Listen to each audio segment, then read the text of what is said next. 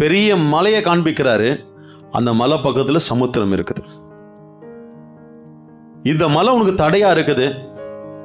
இந்த மலை தடை, இந்த மலை பயம், இந்த மலை பிரச்சனை, இந்த மலை போராட்டம், இந்த மலை கலக்கம், இந்த மலை என் வாழ்க்கைக்கு எழும்பாதபடிக்கு மிகப்பெரிய குழப்பம்.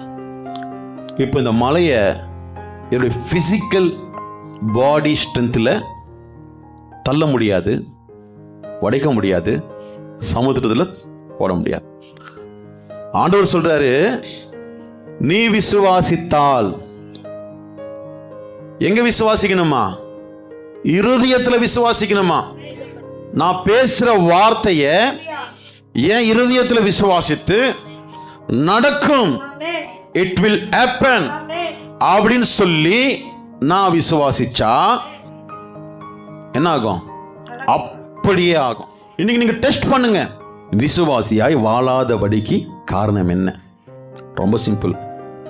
தேவனிடத்தில் இருக்கிற மாதிரி இருப்பாங்க, தேவாலயத்தில் இருக்கிற மாதிரி இருப்பாங்க, சத்தியத்தை கேட்கிற மாதிரி இருப்பாங்க, சத்தியத்தை பேசுற மாதிரி இருப்பாங்க, ஆனா விசுவாசத்துல உண்மையா இருக்க மாட்டாங்க. அதுதான் இங்க சொல்றாரு. இந்த அத்திமரம் கூட, நானும் அத்திமரம் தான்.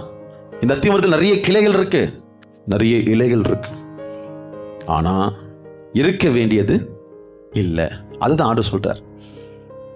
சந்தேகப்படக்கூடாது. அந்த நிமிஷத்திலிருந்தாவது என்னுடைய விசுவாச வாழ்க்கையில எங்கெல்லாம் நான் சந்தேகப்படுறேனோ, எங்கெல்லாம் நான் அந்த விசுவாசத்திற்கு விரோதமா செயல்படுறேனோ, எங்கெல்லாம் அந்த விசுவாசத்துக்கு தூரமா இருக்கிறேனோ, எங்கெல்லாம் அந்த விசுவாசத்தை செயல்படாதபடிக்கு என்னுடைய சுயத்தை, மாம்சத்தை, ஜென்ம சுபாவத்தை நான் செயல்படுத்துறேனோ, அதெல்லாம் இன்னைக்கு வேரோட பிடுங்கி போடணும். அந்த அத்தி மரத்தை போல நான் சந்தேகப்படாம நடக்கும் நடக்கும் நடக்கும் அப்படின்னு சந்தேகப்படாமல் நீ விசுவாசிப்பன்னு சொன்னா, இட் வில் ஹேப்பன்.